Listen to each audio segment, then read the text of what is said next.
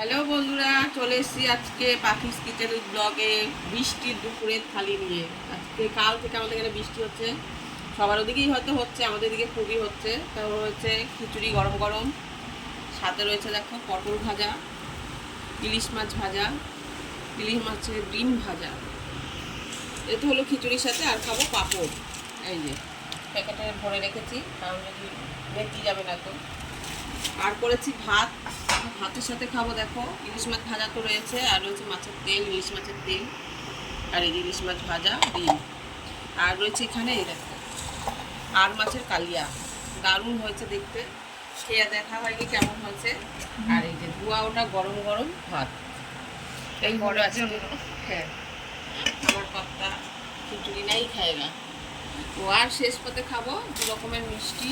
এই যে এটাকে কি বলে, অর্ধেক আমার খাওয়া, অর্ধেক আমি খেয়ে নিয়েছি, আর এখানে আছে একটা রসগোল্লা, আর অর্ধেক আমি খেয়েছি। এই যে এই রয়েছে খাবো।